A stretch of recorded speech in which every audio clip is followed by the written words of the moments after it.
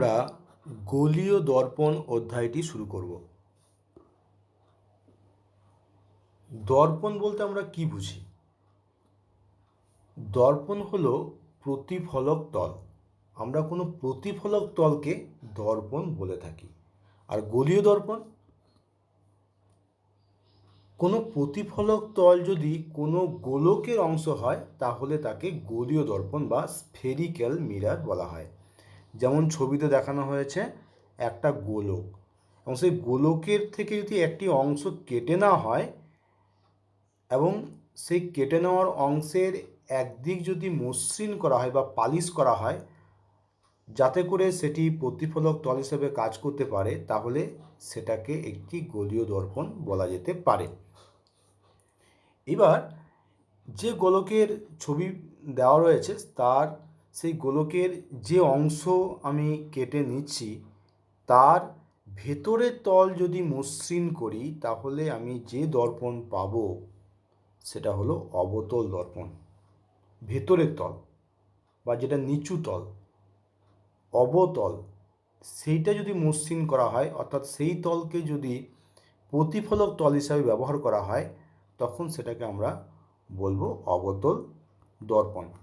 ছবিতে ইংরেজিতে বলা হয় কনকেভ মিরর। ছবিতে এই যে তলটি মানে এই যে দর্পণটি দেখানো হয়েছে এটা আছে একটি কনকেভ মিরর বা অবতল দর্পণ।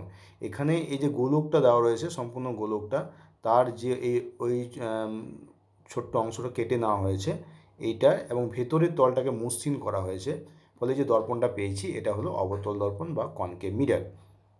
এখন আমি যদি উল্টোটা করি, অর্থাৎ যদি আমি এই পোর্শনটাকে এইভাবে নিয়ে এর বাইরের যে তল সেটাকে যদি আমি মসৃণ করি বা পালিশ করি এবং দর্পণ হিসেবে ব্যবহার করি বা প্রতিফলক তল হিসেবে ব্যবহার করি, তখন তাকে আমরা উত্তল দর্পণ বা কনভেক্স মিরর বলবো।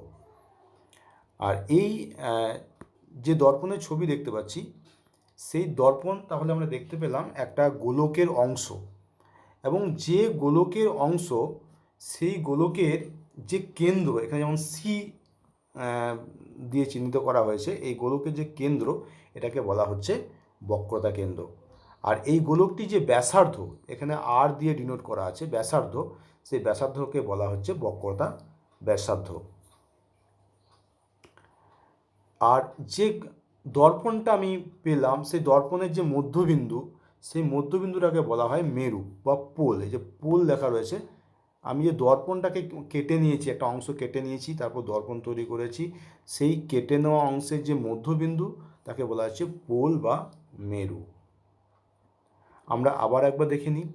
এখানে সেই গোলকের অংশ যেটাকে আমরা দর্পণ বলেছি সেখানে এখানে চিহ্নিত করা রয়েছে এমপি এম প্রাইম দিয়ে, এটা একটি দর্পণ, এবং এটা যে গোলকের অংশ সেই গোলকের কেন্দ্র হচ্ছে সি এখানে, এবং সিটাকে এখানে বলবো বক্রতা কেন্দ্র, এবং এই গোলকটার যে ব্যাসার্ধ যাকে বলা হয় বক্রতা ব্যাসার্ধ সেটা এখানে সিপি দিয়ে চিহ্নিত করা আছে, সিপি, এবং যেখানে পিটা কিন্তু পোল বা মেরু, মানে দর্পণের মধ্যবিন্দু।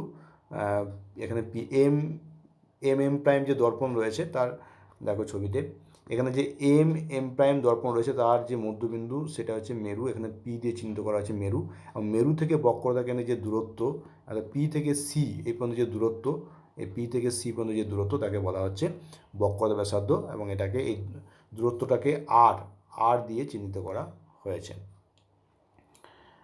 এবং এই যে সিপি যে রেখাটা পেয়েছি, সিপি রেখাটা যদি বর্ধিত করে দিই তাহলে যে সরলরেখাটা পাবো সেটা হচ্ছে প্রধান অক্ষ। এই সরলরেখাটা হলো প্রধান অক্ষ বা প্রিন্সিপাল অ্যাক্সিস।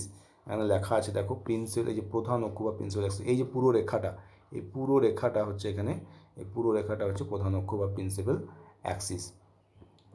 তো আবার একবার দেখে নাও, এখানে সি হচ্ছে বক্রতা কেন্দ্র, গোলকটার কেন্দ্র সি, বক্রতা কেন্দ্র, আর দর্পণটার যে মধ্যবিন্দু পি সেটা হলো মেরু, পি থেকে সি পর্যন্ত দূরত্ব হচ্ছে বক্রতা ব্যাসার্ধ যাকে ক্যাপিটাল আর বলা হচ্ছে, আর এই যে সিপি বরাবর যে রেখা সরলরেখা তাকে বলা হচ্ছে প্রধান অক্ষ। দর্পণের উন্মেষ বলতে কি বোঝায়? একটা দর্পণের যে আচ্ছা, সংজ্ঞাটা দেখে নিই।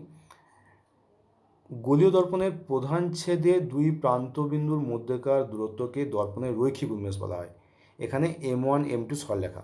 আচ্ছা, M1 M2 যে সরলরেখাটা দেখতে পাচ্ছ, এই যে M1 থেকে পর্যন্ত যে একটা সরলরেখা, এই যে একটা সরলরেখা রয়েছে, এই সরলরেখাটা M1 থেকে M2 পর্যন্ত এই দূরত্বটাকে বলা হচ্ছে রৈখিক উন্মেষ। মানে এখানে দেখো M1P M2 এটা হচ্ছে একটা প্রধান ছেদ, মানে পুরো যে দর্পণটা, সেই দর্পণটা যদি একটা একটা ফালি কেটে না হয় তাহলে সেটাকে বলবো প্রধান ছেদ। যে ফালিটা কিন্তু মেরু দিয়ে যাবে, এরকম একটা ফালি। তো মানে অনেকগুলো প্রধান ছেদের মানে নিয়ে একটা দর্পণ ভাবা যেতে পারে, এবং সেটা এক একটা হচ্ছে এক একটা প্রধান ছেদ, এবং সেটার যে প্রান্তবিন্দু দুটো সংযোজক, মানে প্রান্তবিন্দু দুটো যোগ করে যে রেখাটি পাবো সেটা হচ্ছে এখানে আমার, এবং রেখার যে দূরত্বটা পাবো প্রান্তবিন্দু M1 M2, এই যে ডিস্টেন্সটা পাচ্ছি সেটা হচ্ছে উন্মেষ, দর্পণটির উন্মেষ। এটা হচ্ছে রৈখিক উন্মেষ। আর কৌণিক উন্মেষ হচ্ছে এই সরলরেখাটা, এই M1 M2 যে সরলরেখা, সেটা এই দর্পণটার কেন্দ্রে অর্থাৎ সিতে যে কোণ তৈরি করেছে দেখো, সেই কোণটা হচ্ছে কৌণিক উন্মেষ। এই যে একটা কোণ দেখানো হয়েছে, এই কোণটা হচ্ছে কৌণিক উন্মেষ।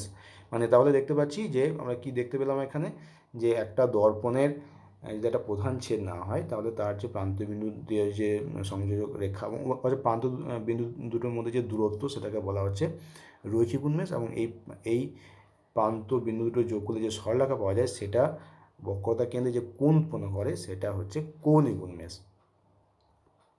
এ হলো উন্মেষের কৌণিক উন্মেষ। এখানে হচ্ছে M1C M2, M1C M2 এই যে কোণটা দেখতে পাচ্ছি এটা এখানে কৌণিক উন্মেষ। এবার আমরা আসবো উপাক্ষীয় রশ্মি বলতে কী বুঝি, বা প্যারাক্সিয়াল রেজ। দেখো, দর্পণে যে রশ্মিগুলো আপতিত হয়েছে তার মধ্যে কিছু রশ্মি আছে যেগুলো দর্পণের মেরুর যে কাছাকাছি আপতিত হয়েছে। এই দর্পণের মেরুর কাছাকাছি যেগুলো মিলিত হয়েছে এগুলো হচ্ছে উপাক্ষীয় রশ্মি, কাছাকাছি এবং ক্ষুদ্র কোণে মিলিত হয়েছে, এগুলোকে উপাক্ষীয় রশ্মি বা প্যারাক্সিয়াল রেজ বলা হচ্ছে। এবং উল্টো দিকে যেগুলো একটু দর্পণ থেকে দূরে মিলিত হয়েছে সেগুলো হচ্ছে মার্জিনাল রেজ বা প্রান্তিক রশ্মি।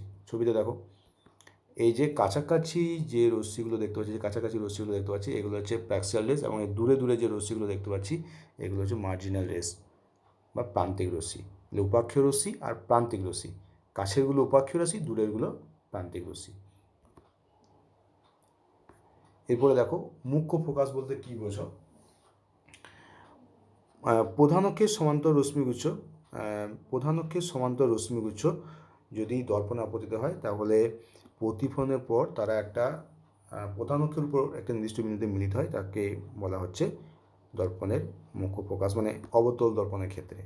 ছবিতে দেখো, এই অবতল দর্পণটা দেখতে পাচ্ছ প্রথম ছবিতে, এই যে অবতল দর্পণটা দেখতে পাচ্ছ, এই অবতল দর্পণে কতগুলি সমান্তর রশ্মি মানে প্রধান অক্ষের সমান্তর রশ্মি ফেলা হয়েছে, এবং তারা প্রধান অক্ষের উপর এফ নামক একটা বিন্দুতে মিলিত হয়েছে রশ্মিগুলো। এই বিন্দুটাকে বলা হচ্ছে মুখ্য ফোকাস। আর এই মেরু থেকে মুখ্য ফোকাস পর্যন্ত যে দূরত্বটা, মেরু থেকে মুখ্য ফোকাস পর্যন্ত যে দূরত্বটা, এটাকে বলা হয় ফোকাস দূরত্ব। তাহলে কী হলো, প্রধান অক্ষের সমান্তর রশ্মিগুচ্ছ অবতল দর্পণের ক্ষেত্রে অবতল দর্পণের প্রতিফলনের পর প্রধান অক্ষের উপর একটা নির্দিষ্ট বিন্দুতে মিলিত হয়, তাকে বলা হচ্ছে অবতল দর্পণের মুখ্য ফোকাস। এবং মুখ্য ফোকাসটা দর্পণের যে মেরু, সেখান থেকে এই যে মেরু আছে এখানে, মেরু থেকে যতটা দূরে রয়েছে সেটা হচ্ছে ফোকাস দূরত্ব। সিমিলারলি উত্তল দর্পণের ক্ষেত্রে ফোকাস দূরত্ব সংজ্ঞাটাও সেরকমই হচ্ছে। দেখো, যে প্রধান অক্ষের সমান্তর রশ্মিগুচ্ছ, এখানে কিন্তু প্রতিফলনের পর এরা অপসারী রশ্মিতে পরিণত হচ্ছে। দেখো ডান দিকে যে ছবিটা দেওয়া রয়েছে, প্রধান অক্ষের সমান্তর রশ্মিগুচ্ছ, এখানে প্রতিফলনের পর তারা মিলিত হয়নি, কারণ তারা অপসারী রশ্মিতে পরিণত হয়েছে, এবং এরা কখনো মিলিত হবে না। তবে এরা একটা বিন্দু থেকে অপসৃত হচ্ছে বলে মনে হচ্ছে। দেখো এইখানে প্রধান অক্ষের উপর অবস্থিত একটা বিন্দু থেকে অপসৃত হচ্ছে বলে মনে হচ্ছে। দেখো প্রতিফলিত রশ্মিগুলোকে খেয়াল করো, এই প্রতিফলিত রশ্মি যেগুলো দেখতে পাচ্ছি, প্রতিফলিত রশ্মি, হ্যাঁ, এই যে প্রতিফলিত রশ্মিগুলো দেখো, এই প্রতিফলিত রশ্মিগুলো কিন্তু অপসারী রশ্মি, প্রতিফলিত রশ্মিগুলো অপসারী রশ্মি, এবং এইগুলো কখনোই মিলিত হবে না যেহেতু পরস্পর থেকে দূরে চলে যাচ্ছে, কিন্তু তারা একটা বিন্দু থেকে যেন বেরিয়ে আসছে বলে মনে হচ্ছে, সেটা হচ্ছে এই এফ বিন্দু থেকে। এটা কিন্তু এখানে মানে উত্তল দর্পণের ক্ষেত্রে এটা মুখ্য ফোকাস। এখানে কিন্তু দেখো অবতল দর্পণের মুখ্য ফোকাস সৎ ফোকাস, কিন্তু উত্তল দর্পণে যে মুখ্য ফোকাস পাচ্ছি সেটা অসৎ ফোকাস। কেননা আমরা দেখতে পাচ্ছি অবতল দর্পণের ক্ষেত্রে অবতল দর্পণ, এই যে অবতল দর্পণ দেখতে পাচ্ছি, এই অবতল দর্পণের যে ফোকাসটা আমরা যেটা দেখতে পাচ্ছি সেটা কিন্তু রশ্মিগুলো মিলিত হয়ে তৈরি হয়েছে, অর্থাৎ রশ্মিগুলো মিলিত হয়েছে এই বিন্দুতে, তাই এটাকে আমরা মানে সৎ ফোকাস বলতে পারি। আর উত্তল দর্পণের ক্ষেত্রে এটা পাচ্ছি, সেটা কিন্তু রশ্মিগুলো মিলিত হয়নি, এই বিন্দু থেকে অপসৃত হচ্ছে বলে মনে হচ্ছে, তাই এটাকে অসৎ ফোকাস আমরা বলতে পারি। এরপর আমরা যখন সাইন কনভেনশন পড়বো তখন আমরা প্লাস ফোকাস না মাইনাস, মানে ফোকাস দূরত্বটা ধনাত্মক না ঋণাত্মক, সেটা এরপরে আমরা পড়বো যখন আমরা সাইন কনভেনশন বা চিহ্নর ব্যাপারটা জানবো তখন। এবার দেখো গৌণ ফোকাস। আমরা আগে রশ্মিগুলো নিয়েছিলাম প্রধান অক্ষের সমান্তরাল রশ্মি, এখন আমরা রশ্মিগুলো নিচ্ছি প্রধান অক্ষের সমান্তরাল নয়, রশ্মিগুলো নিজেদের মধ্যে সমান্তরাল কিন্তু প্রধান অক্ষের সঙ্গে একটা কোণ করে আছে, এই ধরনের রশ্মিগুচ্ছ নেওয়া হয়েছে। দেখো আমরা যে রশ্মিগুচ্ছগুলোকে কনসিডার করেছি, যে রশ্মিগুচ্ছকে আমরা কনসিডার করেছি সেই রশ্মিগুচ্ছগুলো হচ্ছে নিজেদের মধ্যে সমান্তরাল কিন্তু এরা প্রধান অক্ষের সমান্তরাল নয়, প্রধান অক্ষের সঙ্গে একটা কোণ করে আছে। এরা প্রতিফলনের পর অবতল দর্পণের ক্ষেত্রে একটা বিন্দুতে মিলিত হয়, যেটাকে আমরা গৌণ ফোকাস বলতে পারি। এই যে একটা বিন্দুতে মিলিত হয়েছে, এটা গৌণ ফোকাস। তবে গৌণ ফোকাস কিন্তু অসংখ্য বিন্দু হতে পারে, যদিও মুখ্য ফোকাস একটাই বিন্দু, কারণ এই প্রধান অক্ষের সঙ্গে কতটা কোণে রশ্মিগুলো আসে তার উপর নির্ভর করে এক একটা বিন্দুতে মিলিত হতে পারে, এবং এই বিন্দুগুলো প্রত্যেকটাই গৌণ ফোকাস। অর্থাৎ গৌণ ফোকাস অসংখ্য বিন্দু, মানে এইটা বিভিন্ন কোণে আপতন হওয়ার জন্য বিভিন্ন রকম বিভিন্ন গৌণ ফোকাস পেতে পারি। তবে গৌণ ফোকাস অসংখ্য বিন্দু হলেও প্রত্যেকটা বিন্দু কিন্তু এই ফোকাস তলে অবস্থান করবে। ফোকাস তল মানে হচ্ছে এই দেখো ফোকাস দিয়ে গেছে এমন প্রধান অক্ষের উপর যে একটা উল্লম্ব তল কল্পনা করো, সেটা কিন্তু ফোকাস তল। মানে ধরো এই যে এফ দিয়ে গেছে এইরকম একটা তল কল্পনা করব, দেখো এই এফ দিয়ে গেছে এইরকম একটা তল, যদি আমরা এক মিনিট, এফ দিয়ে গেছে এরকম একটা তল আমরা কল্পনা করব, এইরকম একটা তল, যেটা কিন্তু এফ বিন্দু দিয়ে গেছে কিন্তু প্রধান অক্ষের সঙ্গে উল্লম্ব তল, এটা হবে ফোকাস তল, এবং এই গৌণ ফোকাসগুলো সব এই ফোকাস তলেই অবস্থান করবে। এরপর আমরা আসছি যে কিভাবে আমরা রশ্মিগুলো এঁকে, মানে এই দর্পণের কীভাবে প্রতিবিম্ব আঁকবো, মানে দর্পণে কীভাবে প্রতিবিম্ব তৈরি হয় সেটা আমরা দেখব, এবং এই প্রতিবিম্বগুলো কীভাবে আমরা অঙ্কন করবো। এইটা অঙ্কন করার জন্য কিছু নিয়ম আমাদের জানতে হবে। যে দেখো ব্যাপারটা হচ্ছে দর্পণে প্রতিবিম্ব তৈরি হয়, প্রতিফলনের দ্বারা প্রতিবিম্ব তৈরি হয়, এবং এই প্রতিবিম্ব কীভাবে তৈরি হয় সেটা আমরা দেখব, এবং সেই প্রতিবিম্বগুলো মানে প্রতিবিম্ব তৈরি গঠনটা আঁকার জন্যে আমাদের কিছু নিয়ম জানতে হবে, যে রশ্মিগুলো কীভাবে প্রতিফলিত হয় এই নিয়মগুলো জানতে হবে। সেগুলো দেখো, যদি রশ্মিগুলো দেখো প্রধান অক্ষের সমান্তরালভাবে রশ্মি আসে, তাহলে সেটা কীভাবে যাবে, প্রধান অক্ষের সমান্তরালভাবে যদি রশ্মিগুলো আসে তাহলে ফোকাস দিয়ে যাবে, এটা আমরা ফোকাসের সংজ্ঞা অনুযায়ী দেখতে পেলাম। প্রধান অক্ষের সমান্তরাল রশ্মি বুঝছ, দেখো প্রথমে রে 1 যেটা প্রধান অক্ষের সমান্তরাল দিয়ে আপতিত হয়েছে, এটা ফোকাস দিয়ে বেরিয়ে গেছে। আবার রে 1-এ ডান দিকে যেটা রয়েছে সেখানে কিন্তু আমরা উত্তল দর্পণ নিয়েছি, সেখানে প্রধান অক্ষের সমান্তরাল রশ্মি ফোকাস দিয়ে যাবে না, এটা তো এমনভাবে মানে প্রধান অক্ষের সমান্তরাল রশ্মি দেখো এমনভাবে এটা প্রতিফলনের পর এমনভাবে এটা নির্গত হয়েছে যেন এটা ফোকাস থেকে বেরিয়ে আসছে, যেন ওটা বেরিয়ে আসছে, এরকম, মানে এটার উত্তল দর্পণের ক্ষেত্রে ব্যাপারটা এরকম। আবার রে 2 যেটা দেওয়া আছে, রে 2-তে দেখো রে 2 যেটা আছে সেখানে যদি ফোকাস দিয়ে রশ্মিটা আপতিত হয় তাহলে ঠিক উল্টোটা হবে, প্রধান অক্ষ দিয়ে বেরিয়ে যাবে, মানে প্রধান অক্ষের সমান্তরাল রশ্মি হিসাবে বেরিয়ে যাবে, ঠিক উল্টো। এই ডান দিকের ছবিতেও সে একই আছে, উত্তল দর্পণের ক্ষেত্রে যদি রশ্মিটা এমনভাবে আপতিত হয় যেন ফোকাসে মিলিত হতো আর কি, ফোকাসে আসতো, এইরকম ব্যাপারটা যদি হয় তাহলে কিন্তু এটা সমান্তরালভাবে নির্গত হবে। আচ্ছা, এরপর আমরা দেখি কীভাবে প্রতিবিম্বটা আঁকবো। এবার প্রতিবিম্ব এই দর্পণে যখন আমরা প্রতিবিম্ব অঙ্কন করব কতগুলো বিষয় মনে রাখতে হবে, যে দর্পণের বিভিন্ন অবস্থানের জন্য বিভিন্ন রকম প্রতিবিম্ব তৈরি হয়, বিভিন্ন দূরত্বে প্রতিবিম্ব তৈরি হয়। প্রথমে আমরা নিচ্ছি, যদি বস্তুটাকে আমরা এইভাবে নিই যে বক্রতা কেন্দ্র থেকে দূরে রয়েছে বস্তুটা আমরা এবি বস্তুটাকে নিয়েছি বক্রতা কেন্দ্র থেকে দূরে। তোমরা এই ছবিগুলো আঁকতে থাকো, ছবিগুলো আঁকো। আমরা বক্রতা কেন্দ্র থেকে দূরে বস্তু নিয়েছি, এবি বস্তুটাকে নিয়েছি, এখন কীভাবে প্রতিবিম্বটা তৈরি হবে? প্রতিবিম্ব আঁকতে গেলে প্রথমে আমাকে কী করতে হবে? এবি যে সম্পূর্ণ বস্তুটা রয়েছে তার মধ্যে একটি বিন্দুকে আমি প্রথমে কনসিডার করি, এ বিন্দু। এ বিন্দু প্রতিবিম্ব কেমন হবে? এ থেকে প্রধানকের সমান্তরাল রশ্মি প্রথমে নিয়ে নাও, প্রধানকের সমান্তরাল রশ্মি, সেটা প্রতিফলনের পর ফোকাস দিয়ে যাবে, ফোকাস দিয়ে চলে গেছে, ঠিক আছে, ফোকাস দিয়ে গেছে। এরপর আর একটা রশ্মি নাও, দুটো রশ্মি নিলেই চলবে। আর একটা রশ্মি হচ্ছে যেটা, যে রশ্মিটা সি দিয়ে গেছে, বক্রতা কেন্দ্র দিয়ে যে রশ্মিটা গিয়েছে, দেখো বক্রতা কেন্দ্র দিয়ে একটা রশ্মি গেছে, এ সি বরাবর যে রশ্মিটা গিয়েছে, এটা কিন্তু দর্পণে লম্বভাবে আবদ্ধ হবে। কারণ হচ্ছে বক্রতা কেন্দ্র দিয়ে গেছে মানে ওই রশ্মিটা কিন্তু গোলকের ব্যাসার্ধ হিসাবে কাজ করবে। মানে ব্যাপারটা দেখো, গোলীয় দর্পণ তো একটা গোলকের অংশ, তাহলে গোলকের অংশ, এবার সি হচ্ছে তার কেন্দ্র, তাহলে সিই যে রশ্মিটা এখানে দেখানো হয়েছে, এই সি বরাবর রশ্মিটা যেটা যাচ্ছে সেটা কিন্তু মানে ব্যাসার্ধমুখী, রশ্মিটা কিন্তু ব্যাসার্ধমুখী, সুতরাং এটা দর্পণের সঙ্গে 90 ডিগ্রি কোণ করে থাকবে। মানে অ্যাকচুয়ালি দর্পণের সঙ্গে 90 ডিগ্রি কোণ থাকবে মানে কিন্তু আপতন কোণটা 0 ডিগ্রি হবে, কারণ আপতন কোণটা নর্মালের সঙ্গে কোণটা নেওয়া হয়, মানে অবিলম্বের সাথে কোণ নেওয়া হয়। আপতন মানে অবিলম্বের সাথে যে কোণ, আপতন রশ্মি এবং অবিলম্বের মধ্যে যে কোণ, সেটাকে আমরা আপতন কোণ ধরি, অর্থাৎ আপতন কোণটা হবে 0 ডিগ্রি, সুতরাং প্রতিফলন কোণটা হবে 0 ডিগ্রি। অর্থাৎ যে পথে যাচ্ছিল, দেখো যে পথে যাচ্ছিল সেই পথেই কিন্তু ব্যাক করবে, যে পথে যাচ্ছিল সেই পথে ব্যাক করবে। মানে এই যে সি এ প্রাইম ই, এই যে রশ্মিটা দেখো, সি এ প্রাইম ই, এই যে রশ্মিটা দেখতে পাচ্ছ, এ থেকে বেরোচ্ছে এ সি এ প্রাইম ই, এই যে রশ্মিটা, এই রশ্মিটা কিন্তু সোজা ওই পথেই ব্যাক করবে, যেহেতু এটা 90 ডিগ্রি কোণে পড়ছে। এবং এরা প্রতিফলিত রশ্মিগুলোকে দেখো, প্রতিফলিত রশ্মি যেগুলো, দুটো প্রতিফলিত রশ্মি আছে, এটা ডি এ প্রাইম, এটা হচ্ছে ই এ প্রাইম সি, এরা কিন্তু এ প্রাইম বিন্দুতে মিলিত হয়েছে। প্রতিফলিত রশ্মিগুলো, দুটো যে প্রতিফলিত রশ্মি, একটা হচ্ছে সমান্তরালভাবে আপতিত রশ্মিটা, প্রতিফলনের পর যে রশ্মিটা পেলাম, অর্থাৎ এই একটা প্রতিফলিত রশ্মি, এবং আর একটা যেটা সোজা এলো সেই প্রতিফলিত রশ্মি, দুটো প্রতিফলিত রশ্মি এ প্রাইম বিন্দুতে মিলিত হয়েছে, অর্থাৎ এ প্রাইম বিন্দু হবে এ বিন্দুর প্রতিবিম্ব। অনুরূপে সম্পূর্ণ বস্তুটা এ বি, সম্পূর্ণ বস্তুটা প্রতিবিম্ব পাওয়া যাবে এ প্রাইম বি প্রাইম। এবার আমরা লক্ষ্য করে দেখো, এখানে আমরা কোথায় বস্তুটাকে নিয়েছিলাম? বক্রতা কেন্দ্র থেকে দূরে। কোথায় প্রতিবিম্ব পেলাম? প্রতিবিম্ব পেলাম বক্রতা কেন্দ্র এবং ফোকাসের মধ্যবর্তী একটা অবস্থানে, সি এবং এফ এর মধ্যবর্তী একটা অবস্থানে পেলাম। এবং প্রতিবিম্বের বৈশিষ্ট্য কী হলো? এখানে প্রতিবিম্বটা সৎ হলো না অসৎ হলো? দেখো, আমরা যেহেতু মিলিত হয়েছে তাই এটা সৎবিম্ব হয়েছে। সোজা হয়েছে না উল্টো হয়েছে? দেখতে পাচ্ছি আমরা উল্টো হয়েছে, মানে মানে সমশীর্ষ নয় কিন্তু অবশীর্ষ, মানে মাথাটা নিচের দিকে পাটা উপর দিকে, এরকম একটা ব্যাপার হয়েছে। তাহলে আমরা দেখতে পেলাম সৎ এবং অবশীর্ষ প্রতিবিম্ব হয়। কোথায় প্রতিবিম্ব হয় সেটা দেখতে পেলাম। তো এইভাবে কিন্তু আমরা এক একটা জায়গায় বস্তুটাকে নিয়ে আমরা প্রতিবিম্ব কেমন হয় দেখব, এবং মানে আঁকবো এবং সেটা দেখব।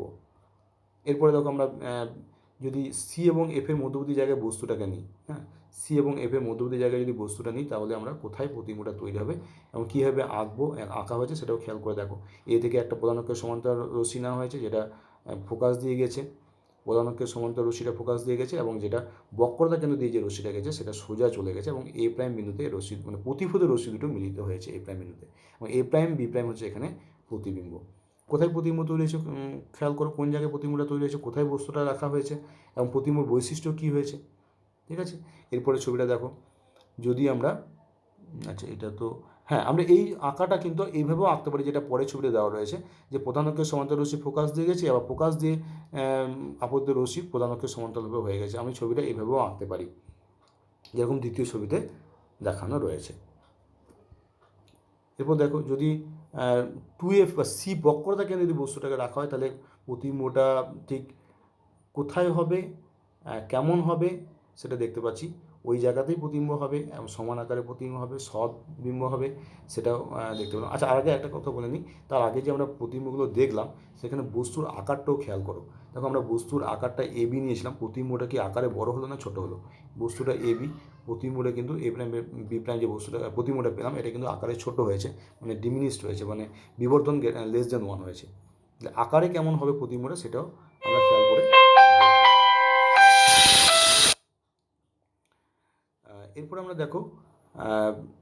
এরপরে দেখো, যদি আমরা বস্তুটাকে নিই ফোকাসের থেকে কাছে যদি বস্তু নিই, তাহলে কীরকম প্রতিবিম্ব হবে সেটা দেখতে পাচ্ছেন। তার আগে বলে নিই, অসীমে বস্তু থাকলে কেমন হবে সেটা দেখতে পাচ্ছি। অসীমে যদি বস্তু থাকে তাহলে ফোকাসে প্রতিবিম্ব তৈরি হবে। এটা আমরা এই ছবিটায় দেখতে পাচ্ছি। অসীমে বস্তু থাকলে এই ছবিটা দেখতে পাচ্ছি, অসীমে বস্তু থাকলে ফোকাসে প্রতিবিম্ব তৈরি হবে। এরপরে দেখো যদি বস্তুটা এফের থেকে কাছে, ফোকাসের থেকে কাছে রাখা হয়, বস্তুটাকে যদি বস্তুটাকে যদি এফের থেকে কাছে রাখা হয় তাহলে কী হবে? এফের থেকে কাছে, দেখো এ বি বস্তুটা দেখতে পাচ্ছি এফের থেকে কাছে, তাহলে এক্ষেত্রে আমরা দেখতে পাচ্ছি ওইভাবেই আঁকবো যে সমান্তর রশ্মি ফোকাস দিয়ে যাচ্ছে এবং যেটা বক্রতা কেন্দ্র দিয়ে যাচ্ছে সেটা সোজা চলে যাচ্ছে, এবং এরা কিন্তু মিলিত হবে না, এখানে প্রতিফলিত রশ্মিগুলো মিলিত হচ্ছে না, অপসারী রশ্মিতে পরিণত হয়েছে। এখানে খেয়াল করে দেখো এই রশ্মিগুলো অপসারী রশ্মিতে পরিণত হয়েছে, এরা কিন্তু মিলিত হয়নি, এবং এরা যেহেতু মিলিত হচ্ছে না সুতরাং এরা পিছন দিকে বাড়ালে এক জায়গায় মিলিত হবে, যেটা এখানে পাচ্ছি এ প্রাইম বিন্দুতে বা কি লেখা হয়েছে, যাই হোক ধরে নাও এ প্রাইম মিলিত হয়েছে। এবং এ প্রাইমটা কিন্তু এ বিন্দুর প্রতিবিম্ব, কিন্তু এই প্রতিবিম্বটা কিন্তু সৎবিম্ব নয়, কিন্তু এটা সৎবিম্ব নয়, এটা কিন্তু অসৎবিম্ব, কারণ এটা এ প্রাইম ধরে নিচ্ছি, এ প্রাইম, এটা কিন্তু এ প্রাইম বি প্রাইম ধরছি, এটা কিন্তু মিলিত হয়নি প্রকৃতপক্ষে, মানে এখানে এ প্রাইম থেকে অপসৃত হচ্ছে বলে মনে হচ্ছে, প্রতিফলিত রশ্মিগুলো যেন মনে হচ্ছে এ প্রাইম থেকে অপসৃত হচ্ছে। এখানে এ প্রাইম বি প্রাইম হবে সম্পূর্ণ বস্তুটা প্রতিবিম্ব, এবং এই প্রতিবিম্বটা হবে বিবর্ধিত এবং অসৎবিম্ব। কোথায় হবে? দর্পণের পিছনে হবে। এখন যদি এটা তো অবতল দর্পণ নিয়ে আলোচনা করলাম, যদি উত্তল দর্পণ নিই তাহলে কীভাবে প্রতিবিম্ব হবে? উত্তল দর্পণ কিন্তু যে কোনো অবস্থানে রাখো না কেন সবসময় কিন্তু এটা অসৎবিম্ব এবং ছোটো আকারে প্রতিবিম্ব তৈরি হয়। এখানে যেমন ছবিতে দেখানো হয়েছে, যেমন আমরা দেখতে পাচ্ছি এক্ষেত্রে আমরা সমান্তরাল রশ্মি নেব এবং সেটা ফোকাস দিয়ে যাবে না, ফোকাস থেকে অপসৃত হচ্ছে বলে মনে হবে, ঠিক আছে, কারণ এটা উত্তল দর্পণের ক্ষেত্রে অপসারী রশ্মিতে পরিণত হয় প্রতিফলনের পর, সুতরাং এটা ফোকাস দিয়ে যাবে না, ফোকাস থেকে যেন বেরিয়ে আসছে এরকম মনে হবে, যেমন এই ছবিতে দেখতে পাচ্ছি এটা। আর যেটা বক্রতা কেন্দ্র বরাবর যাবে, বক্রতা কেন্দ্র বরাবর গেছে, সেটা কিন্তু ওই পথে ব্যাক করে এসছে, তবে এরা মিলিত হবে না, তবে মনে হবে যেন এ প্রাইম, মানে প্রতিফলিত রশ্মিগুলো এরা মিলিত হবে না, মনে হবে যেন এ প্রাইম বিন্দু থেকে অপসৃত হচ্ছে, সুতরাং এ প্রাইম বিন্দুটা এখানে এ বিন্দুর প্রতিবিম্ব, এবং সম্পূর্ণ এ বি বস্তুর প্রতিবিম্ব হচ্ছে এ প্রাইম বি প্রাইম।